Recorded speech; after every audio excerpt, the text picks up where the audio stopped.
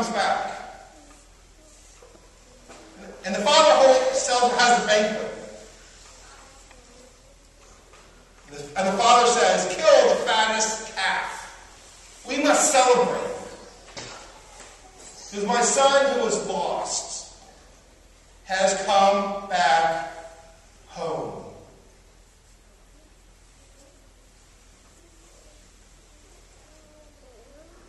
I remember my dad saying, in the vegetarian Bible, the father says, kill the fattest zucchini. We must kill the fattest zucchini. That's in the vegetarian Bible. But the father says, we must kill the fattest calf. We must celebrate. Then we have the older son, he comes. And what does he not do? He can't enter into the party.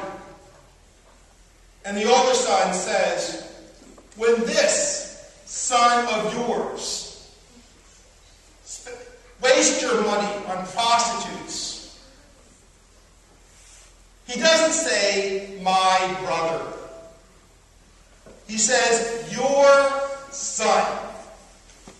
Like in marriage, if one of your kids is not doing the right thing, it's your son, your daughter. And the older son says, I have slaved for you all these many years. John Paul II, in his letter on repentance, confession, says a very interesting image, gives an insight in today's parable that I've always remembered. The older son says to the father, when this son of yours spends your money on prostitutes and easy living, John Paul II said, nowhere in the text did it say that the younger son spent money on prostitutes.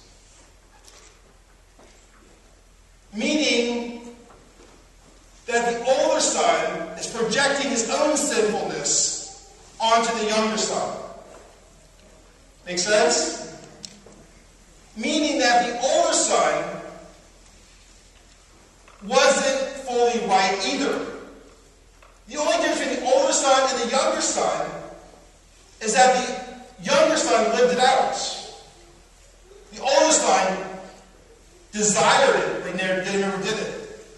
That make sense? That he's projecting his own sinfulness onto the younger son. And a great brother he is. He's trying to make the younger son even look worse.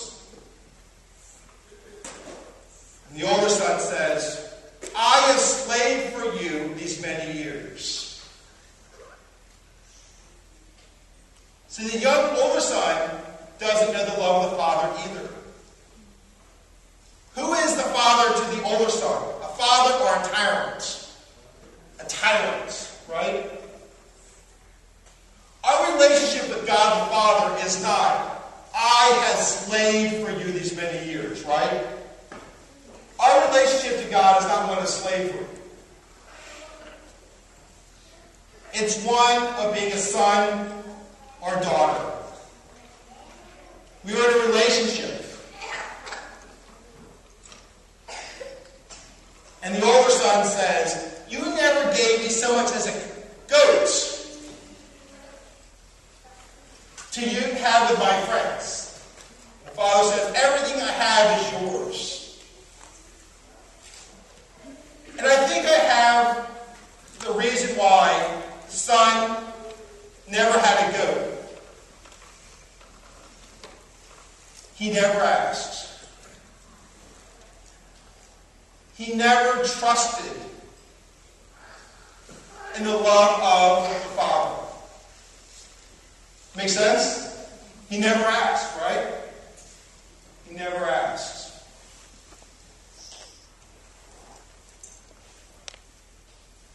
I remember a therapist saying once,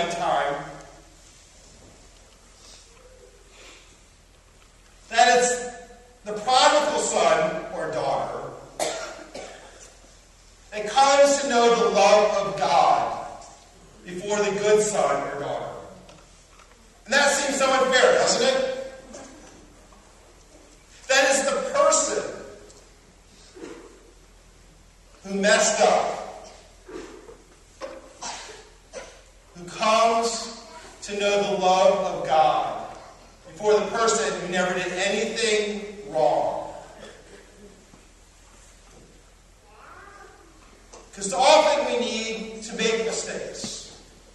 We need to sin, even in some sense. We need to mess up sometimes, right? To learn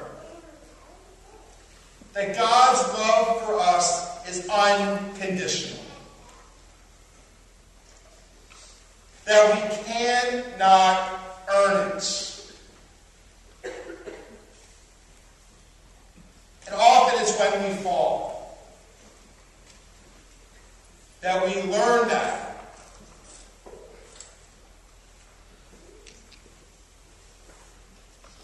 So at the beginning of the parable, the tax collectors and sinners were drawing near to Jesus.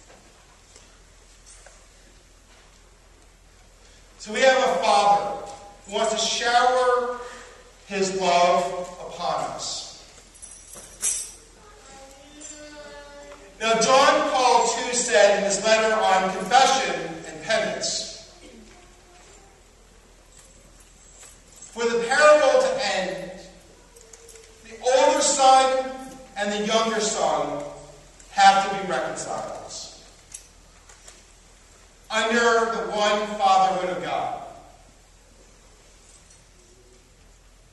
The older son and the younger son, the good and the bad, have to be reconciled. So how many of you and me, all of us, how many of us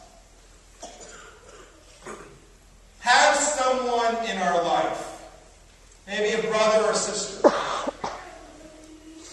whom we need to be reconciled with? The parable ends with the older brother not going into the banquet.